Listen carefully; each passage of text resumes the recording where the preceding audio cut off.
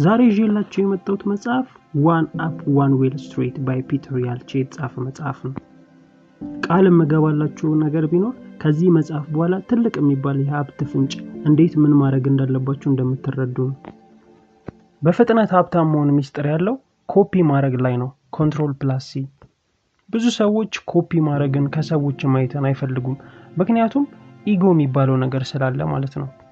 ነገር ግን በዚህ መጽሐፍ ላይ ሞኒሽ ፐብራይ የተባለ ሰው ይህንን ኢጎ ትቶ እንዴት ሀብታም እንደሆነ ይነግረናል። እናም ሁሉንም ነገር ትቶ ወርን ባፌትን ኮፒ ማድረግ ጀመረ። የሚያደርጋቸውን ነገሮች፣ የሥራ ሂደቱን። አንድም ቀን ከወርን ባፌት ጋር ግን ንግግር ኖሮት አያውቅም ነበር። እንዴት ነው ቀኑን የሚያሳልፈው፣ ምንድነው የሚያደርገው፣ ቢሮ ውስጥ ምንድነው የሚያደርገው፣ ስትራቴጂው ምን ይመስላሉ የሚሉትን ነገሮች ጠቅልሎ ማለት ነው። እናም ይህንን ነገር ብቻ ኮፒ በማድረግ $154 ሚሊዮን ነበር መሰብሰብ የቻለው። እናም በመጽሐፉ ላይ ምን ብሎ ራሱን ሰየመ? a shameless cloner ብሎ ማለት ነው። እናንተም ባላችሁበት በመሰሩት ሳይድ ቢዝነስ መስራት ልትፈልጉ ትችላላችሁ፣ ወይንም ደግሞ ሌላ ነገር ማድረግ ልትፈልጉ ትችሉ ይሆናል። እናም ዛሬ ላይ የምትሰሩትን ስራ አቁማችሁ የራሳችሁን ቢዝነስ የምትሉትን ገንዘብ የምታገኙበትን ነገር ለመፍጠር እያሰባችሁም ሊሆን ይችላል። ነገር ግን ሁሉንም ነገር ስትመለከቱት የሚሰራ አይደለም፣ ወይንም ደግሞ በጣም ብዙ ጊዜ የሚፈልግ ነገር ነው። ይሄ ማለት ምንም ማለት አይደለም። እኔም እዛ ውስጥ ነበርኩበት። ይሄንን ነገር እንዴት ፊገር እንደምናረጋውና ምን ማድረግ እንዳለብን እስቲ አብረን ደግሞ እኔ ይሄ ነገር እስቲ እንዴት እንደሚሰራ ላሳያችሁ።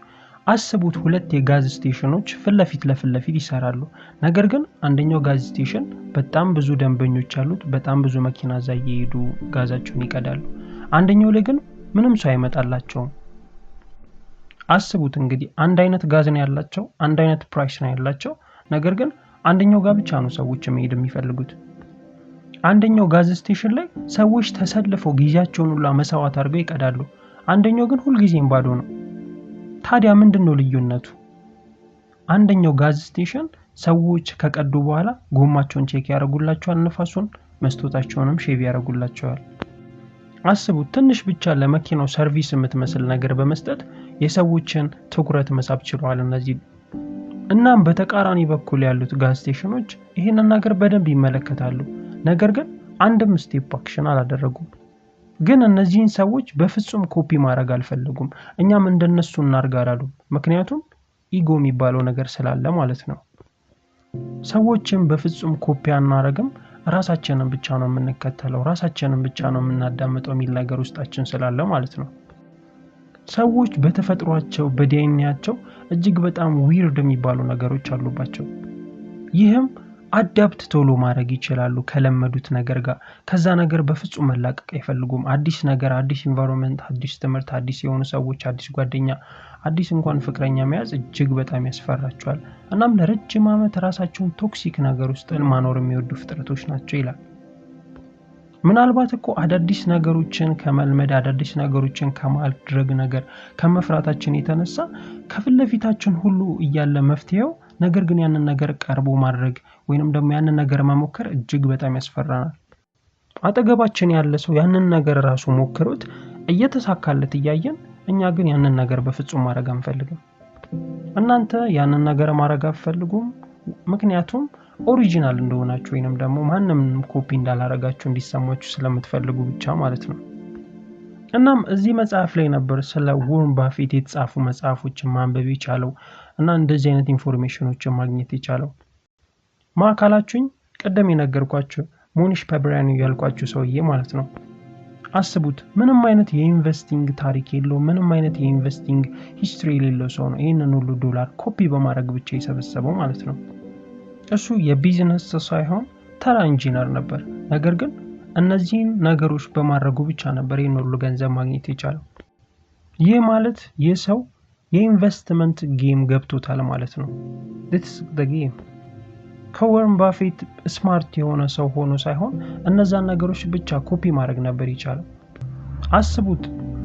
አስቡት የራሱን ምንም አይነት ብሪሊያንት የሚባል አይዲያ አልጨመረም፣ ጀስት ኮፒ ብቻ ነው ያደረገው። ባፌት የጻፋቸው መጽሐፎች በሙሉ ማንበብ ኢጎ እና ሼም የሚባሉት ነገሮችን ኮምፕሊትሊ ከራሱ አርቀው ነበር። እያንዳንዱን የምትወዷቸውን ሰዎች ይሄን ሰው መሆን እፈልጋለሁ የምትሏቸውን ሰዎች ያደረጓቸውን ኢንተርቪውዎች ሊሆኑ ይችላሉ፣ የጻፏቸው መጽሐፎች ሊሆኑ ይችላሉ፣ በአንድ ወቅት ተጠይቀው የተናገሩትን ነገሮች ሊሆኑ ይችላሉ። እነዚህን ነገሮች መስማት እና እነዚህ ነገሮች ኮፒ ማድረግ ነው የሚለን ይሄ መጽሐፍ። ዋረን ባፌት ከ5 እስከ 6 ሰዓት በቀን ውስጥ ብቻውን ስራ ይሰራል ወይንም ደግሞ ምን ያደርጋል? ቤት ውስጥ ያለው እንቅስቃሴ ምን አይነት ምግቦችን ይመገባል? እያንዳንዱን ስቴፕ አክሽኑን ነበር ኮፒ የሚያደርገው። እናም በ2007 ነበረ ይህ ሰው ዋረን ባፌትን አንድ ምሳ አብሮት ለመብላት $650,000 ከፍሎ መሳተፍ የቻለው። ሰዎች በዚህ ሰዓት በጣም ደንግጠው ነበር። ይሄን ያህል ገንዘብ ከፍሎ እንዴት ከሱ ጋር ምሳ ሊበላ ቻለ ብለው። በህንዶች ባህል ውስጥ ጉሩ ዳክሺና የሚባል ባህል አላቸው። ይህ ባህል ምን ማለት መሰላችሁ? ትልቅ ስትሆኑ ወይንም ደግሞ የሆነ ነገር ስታገኙ ማዕረግ ላይ ወይንም ደግሞ ስትመረቁ ስፒሪቹዋል ለምትሉት አስተማሪያችሁ የሚሰጥ ስጦታ ወይንም ደግሞ ለዛ ሰው የሚሰጥ ክብር እንደማለት ነው። እናም ይህ ሰው ለዋረን ባፌት ነበር ሁሉንም ነገር ያደረገውን ነገር እሱን ኮፒ እንደሚያደርገው የነገረው፣ እያንዳንዱን ነገር ማለት ነው። ከኢንጂነርነት ወደ ሚሊዮነርነት እንዴት እንደተቀየረ ነበር ያስረዳው። ስለዚህ ክሎኒንግ የምንለው ነገር፣ ሰዎችን ኮፒ ማድረግ የምንለው ነገር የዚህን ያህል የሚረዳን ከሆነ ለምንድነው ሌሎች ሰዎች ይህንን ነገር ማያደርጉት? በዚህ ሰዓት ላይ ነበር ፐብራያን ጥሎ መልስ የነበረው። ማንም ሰው እንደኔ ሼምለስ የሚባል ሰው የለም ነበር የሚለው። ስለዚህ አንድን ነገር ማሳካት የምትፈልጉ ከሆነ መጀመሪያ ላይ ኢጓችሁን ነው መሰረዝ፣ ማጥፋትና አውጥታችሁ መጣል ያለባችሁ ማለት ነው። ነገር ግን ዛሬ ላይ ቁጭ ስትሉ ሰዎችን ኮፒ ማድረግ ስታስቡ እጅግ በጣም ይከብዳችኋል። ምክንያቱም ከልጅነታችሁ ጀምሮ ይሄ ነገር ስላልተሰራብን፣ ይሄ ነገር ኮፒ ማድረግ እጅግ ባድ እንደሆነ፣ የሰው ማየት እንደሌለብን፣ ራስን ችለ ስራ እየተባለን ስላደግን እነዚህን ነገሮች ማድረግ እጅግ በጣም እንቸገራለን። ትምህርት ቤት ውስጥ እንኳን ውላችሁ የሰዎችን ኮፒ ብታረጉ ቺት አረጋችሁ፣ እናንተ በጣም እየኮራሽ ነው፣ አንተ ልጅ ኮራጅ ናችሁ ተብላችሁ ብዙ ነገር ትባላላችሁ። ከዛ ነው እንዳትኮርጁ በጣም ብዙ ትገጸጻላችሁ። ስለዚህ ይሄ ነገር እጅግ በጣም አሁን ላይ ያስፈራችኋል ማለት ነው። ነገር ግን ዓለም ላይ የምታያቸው ቢሊዮነሮችና ሚሊዮነሮች እጅግ በጣም ይሄንን ሁሉ ገንዘብ የሰበሰቡት ትልቅ ቢዝነስ የገነቡት ሰዎችን ወይንም ደግሞ ሌሎችን ኮፒ በማድረግ ነው እንጂ ሌላ በምንም አይደለም። ብዙዎቹን ብትመለከቷቸው እነ ሴም ዎልተን ዎልማርትን የገነቡት ሰዎች የሰዎች ሾፕ እየገቡ ነበረ። ራሳቸው እንዴት ነው የሚቀመጠው፣ እንዴት ነው ሊስት የሚያደርጉት፣ እንዴት ነው ዕቃ የሚደረድሩት የሚሉትን ነገሮች ከዚህ ጀምሮ ነበር እንግዲህ ኮፒ እያደረጉ የሰዎችን እያዩ የራሳቸውን አሁን ዎልማርት ምንድነው ዓለም ላይ እጅግ በጣም አድቨርታይዚንግ ያለውን ተቋም መገንባት የቻለው ማለት ነው። ብዙዎች ይሄ ነገር የገባቸው the best of the job ይሉታል ይሄንን ድርጊት። ሰዎች አን ኦሪጂናል ናቸው ሲባሉ ወይንም ደግሞ የሰዎችን ያሉ ራሳቸውን አይደሉም ሲባሉ እጅግ በጣም ስለሚፈሩ ነው። ሰዎች እጅግ በጣም ትልቅ ኢጎ ስላለብን ነው። ሰዎች ይህንን ነገርም ሲሰሙ እስቲ ልሞክረው ኮፒ ያረኩ ብለው ለጥቂት ሳምንታት እነዚህን ነገሮች ያደርጓቸዋል። ከዛ በኋላ ይሄ ነገር አይሆንም ብለው ያንን ነገር ያቋርጡታል። ወይንም ደግሞ ልክ እንደዚህ ስትነግሯቸው ምናምን ስታስረዷቸው ጥሩ ሐሳብ ነው እስቲ ሞክረዋለሁ ብለው ያንን ነገር እስከናካቴው ይረሱታል። ፐብራያን እንግዲህ ብዙ አይነት ሶርሶች አላቸው። አንድን ነገር ብቻ አይደለም ኮፒ የሚያደርገው፣ ከተለያዩ ሰዎች ነው። ለምሳሌ ከባፌት ኢንቨስትመንትን ያደርጋል፣ ከሞርጋን ቲንኪንግን ያደርጋል። ዓለም ላይ እጅግ በጣም ፊሎሶፊ የሚባሉ እጅግ በጣም ብዙ መጽሐፍ የጻፉ ሰዎችን ነበር የሚከተለው። እነዚህ ሰዎች ምን አሉ የሚሉትን ነገር ነበር እየሰበሰበ እነዛ ሰዎች ያደረጉትን ነገር በህይወታቸው ኮፒ የሚያደርገው እያንዳንዱ ለሚፈልገው ነገር ማለት ነው። ስለዚህ አን ኦሪጂናል ከመሆን ወደ ኦሪጂናል እንዴት ተመለሰ ካላችሁኝ ከነዚህ ሰዎች ከተለያዩ ሰዎች ነበር ኮፒ የሚያደርገው። ስለዚህ አንዱም የራሱ የሆነ ቢሄቪየር የለውም። ይህ ሰው የነዚህ ሰዎች ጥምር ውጤት ነው እንጂ የአንድ ሰው ብቻ ዲፔንድ የሆነ ኮፒ አይደለም ማለት ነው። ስለዚህ በዚህ ሰዓት ላይ I have no original idea everything is clone ይላል ማለት ነው።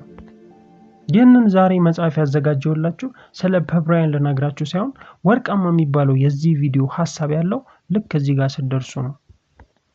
አሁን ላይ እያረኩ ያለሁት ነገር እናንተን እየረዳኋችሁ ነው። በየሳምንቱ ወይ ደግሞ በየወሩ አንድ ሰው ወደኔ ይመጣል። እናም የሚያረጋቸው ነገሮች ወይንም ደግሞ የሚሰራው ስራ ውጤታማ እንዳልሆነለት ይህንን ነገር እንደዚህ መሸጥ ፈልጌ ያልተሳካልኝም እያሉ ይነግሩኛል። ለምንድነው የሌሎች ቢዝነሶች የማይሰራው? ለምንድነው ያንዳንድ ሰዎች ደግሞ በጣም የሚሄድላቸው ብዬ ራሴን ጠይቃለሁ። ነገር ግን ሁሉንም ስመለከታቸው በጓደኛም ሊሆን ይችላል በቤተሰብም ሊሆን ይችላል ሁሉንም ነገር ስመለከታቸው ሁሉም ተመሳሳይ አይነት ችግር ነው ያለባቸው። ምንድነው ችግራቸው? በቃ ኦሪጂናል መሆን ይፈልጋሉ። ምክንያቱም ጌም ውስጥ ገና ሳይገቡ ኦሪጂናልነት የለም። እናም በጣም ያስተዋልኩት ነገር ቢኖር ሰዎች ኦሪጂናልነትን ይመርጣሉ ወይንም ደግሞ እንደ እንትና መስራት ይፈልጋሉ ይሄን ነገር ማድረግ ይፈልጋሉ ብሎ ቢዝነስ ይጀምራሉ ወይ ደግሞ የሆነ ነገር መነገድ መሸጥ ይጀምራሉ። ከዛ በኋላ ይሄንን ነገር ለምን እንደዛ እንደምትፈልገው አይነት ሰው አላደረከውም ብለው ሲጠይቁት አይ ይሄንን እንኳን በራሴ ማድረግ ይችላል ይሄንን እንኳን የራሴን መንገድ መከተል ይችላል ይላሉ። ሰዎች እዚህ ጋር ነው ታዲያ በደንብ የሚሳሳቱት። ምክንያቱም ኮፒ ሲያደርጉ 100% ያንን ከሚፈልጉት ሰው አይደለም ኮፒ የሚያደርጉት ከራሳቸው በራሴ ደግሞ ይሄንን ነገር ልጨምርበት ብለው የሚጨምሯቸው ነገሮች አሉ። በዚህ ሰዓት ላይ ነው እንግዲህ ፌል የሚያደርገው ይለናል እንግዲህ እዚህ መጽሐፍ ሐሳብ። እናም ይሄን መጽሐፍ ልክ እያነበብኩት እያለ ነበር በጣም ደስ ያለኝ ማለት እጅግ በጣም the craziest scenario የፈጠረብኝ ይሄ ነገር ነበር። ሰዎች በፍጹም ይሄንን ነገር አይረዱትም ነው የሚለው የመጽሐፍ አንደርስታንድ አያረጉትም። ይሄንን ነገር ተናግሯቸዋላችሁ ያዳምጧቸዋል something የሚሰሩት ስራ ላይ አድ ያረጋሉ ከዛ ደግሞ ፌል ያረግባቸዋል። ከዛ ስጠይቂያቸው ይሄንን ነገር እኮ ሙሉ ለሙሉ ነበር ኮፒ ያረኩት ነገር ግን ለኔ ሊሰራልኝ አልቻለም አይነት መልስ ይመልሱላቸዋል። ነገር ግን እመኑኝ በፍጹም the same አይነት 100% ኮፒ ስለማያረጉ ነው። ጥሩ ሲሰራ ያያችሁትን ሰው ለምሳሌ ጸጉር መቁረጥም ለምን አይሆንም? እሱን የሚያያችሁትን ሰው ሲቆርጥ በደንብ ተመልከቱት። ምንድነው የሚያደርገው? እንዴት ነው ከስተመሮቹን የሚይዘው? ምን አይነት ሰላምታ ነው የሚሰጠው? ምን አይነት ቤት ከፍቷል የሚለውን ነገር በደንብ ተመልከቱት። ከዛ በኋላ ነው እናንተም ጥሩ ጸጉር ቆራጭ የሚወጣችሁ ማለት ነው። ነገር ግን ብዙ ሰዎች የሚሳሳቱት ደግሞ እዚህ ጋር ነው። ልክ እንደዛ ሰውዬ መቁረጥ እንደዛ ሰውዬ ደንበኛ ያያዝ ወይንም ደግሞ እጃችሁ በጣም ሲለምድላችሁ እጃችሁን ስፈቱ ከዛም በኋላ የምታደርጓቸውን ነገሮች በሙሉ አንድ ነገር መቀላቀል ትጀምራላችሁ። ከዛ ሰው ለየት ያለ ነገር ማድረግ ትጀምራላችሁ። በዚህ ሰዓት ላይ ነገሮች ፌል እያደረጉ ወይንም ደግሞ እንደዛ ሰውዬ ሳይሆንላችሁ ይቀራል ማለት ነው። ስለዚህ አሁን ሁሉንም ነገር ለማድረግ ከተዘጋጃችሁ ልክ እንደ ፕራይደን ሄዱና መጀመሪያ አንድ ኢንቨስተር ምረጡ። 5 አይደለም ወይንም ደግሞ 10 አይደለም ከዚህኛው ይሄኛውን ሐሳብ ሞዱ ሳይሆን አንድ ለኢንቨስትመንት ሊሆን ይችላል አንድ ስፖርት ለመስራት ሊሆን ይችላል እና ዴቪድ ጋርገን ሊሆን ይችላል ብቻ አንድ የምትወዱትን ሰው ከነዚህ ሁሉ ነገሮች መምረጥ ማለት ነው። እያንዳንዱን ነገሮች ተረዷቸው። ያንን የምትፈልጉትን ሰው ፕሪንሲፕሉ ምንድነው? ምን አይነት መጽሐፍ ነው የሚያነባው? ምንድነው ንግግሩ የሚሉትን ነገሮች ማለት ነው። ይህ ማለት ራሳችሁን ሙሉ ለሙሉ እያጣችሁ ሳይሆን የምትፈልጉትን ነገር ለማግኘት ግዴታ ኢጓችሁን አቆማችሁ ሰዎች ያደረጉትን ነገሮች ስታረጉ ነው ስኬታማ የምትሆኑት። ቻይና ዛሬ ለደረሰችበት ስኬት የመጀመሪያ ድርጊቷ አሜሪካንን ኮፒ ማድረግ ስለሆነ ማለት ነው። ሰዎች ኮፒ ካደረጉ በኋላ ራሱ ይሳካላቸዋል ያንን ነገር ያገኙታል። ከዛም በኋላ ነገሩን ደግሞ በራሳቸው ለማስቀጠል ይፈልጋሉ። ከዛም በኋላ ደግሞ ፌል ያደርግባቸዋል። እዚህ ጋር ነው እንግዲህ ትልቁ ስህተት ያለው። ስኬት ማለት የብዙ ዲሲዥኖች ውጤት እንጂ አንድ ውጤት ብቻውን አይደለም። አንድ የተሳካላችሁን ነገር መምረጥ ወይንም ደግሞ ዋን ስቴፕ አክሽን የምትከተሉ ከሆነ እጅግ በጣም ስህተት ነው ለቢዝነሳችሁ። ይህ ማለት ጂም ገብታችሁ አንድ በጣም በቃ ደስ የሚላችሁን ስፖርት እንደመስራት ነው እና ሌላውን ነገር ኢግኖር እንደማድረግ ማለት ነው። ነገር ግን በስፖርት ውጤታማ ለመሆን ሁሉንም አይነት ኤክሰርሳይሶች ማድረግ አለባችሁ። እናም አንድ ነገር ፈልጋችሁ አንድ ነገር እየሰራችሁት ነገር ግን በተደጋጋሚ ፌል የሚያደርግባችሁ ከሆነ ቆም ብላችሁ ማሰብ አለባችሁ ማለት ነው። እዚህ ጋር ቆም ብላችሁ ራሳችሁን ስትጠይቁ ሆነስት የሆነ ጥያቄ ጠይቁ። እኔ በትክክል ሰዎች የሰሩትን ነገር ኮፒ ያደረኩ ነው ወይንስ አይደለም ብላችሁ ማለት ነው። ምክንያቱም the winning formula in front of you ተቀምጧል ማለት ነው። ይህንን ስትረዱ ነው ምን ማድረግ እንዳለባችሁ የምታውቁት። ነገር ግን the winning formula እያለ ያንን ነገር ኢግኖር አድርጋችሁ ታይኔ በራሴ ነው የምሰራው ካላችሁ ሁሉ ጊዜም እየፈለጋችሁ ሁሉ ጊዜም ሰርች ያደረጋችሁ ሁሉ ጊዜም ፌል ያደረጋባችሁ ተከተላላችሁ ማለት ነው። ምክንያቱም in front of you ከፊት ለፊታችሁ ያለውን ስቴፕ ተከተሉ። ሰዎች ያደረጉትን ኮፒ ያደረጉትን ምንድነው ያደረጉት ሰዎች እንዴት ነው የተሳካላቸው የሚሉትን ነገሮች በሙሉ አንደርስታንድ ስታረጉና እነዛን ድርጊቶች ስቴፕ ባይ ስቴፕ ስታደርጓቸው ነው የናንተም ነገር ስኬታማ የሚሆነው ማለት ነው። ስላዳመጣችሁኝ በጣም አመሰግናለሁ። ይህ ቪዲዮ እጅግ በጣም የሚረዳችሁ ወይንም ደግሞ አይ ነገር ለዚህ ነገር ይጠቅመኛል ብላችሁ የምታስቡት ከሆነ ለምትወዱት ለጓደኛችሁ ለፋሚሊ ሼር ማድረጋችሁ እንዳትረሱ። አመሰግናለሁ።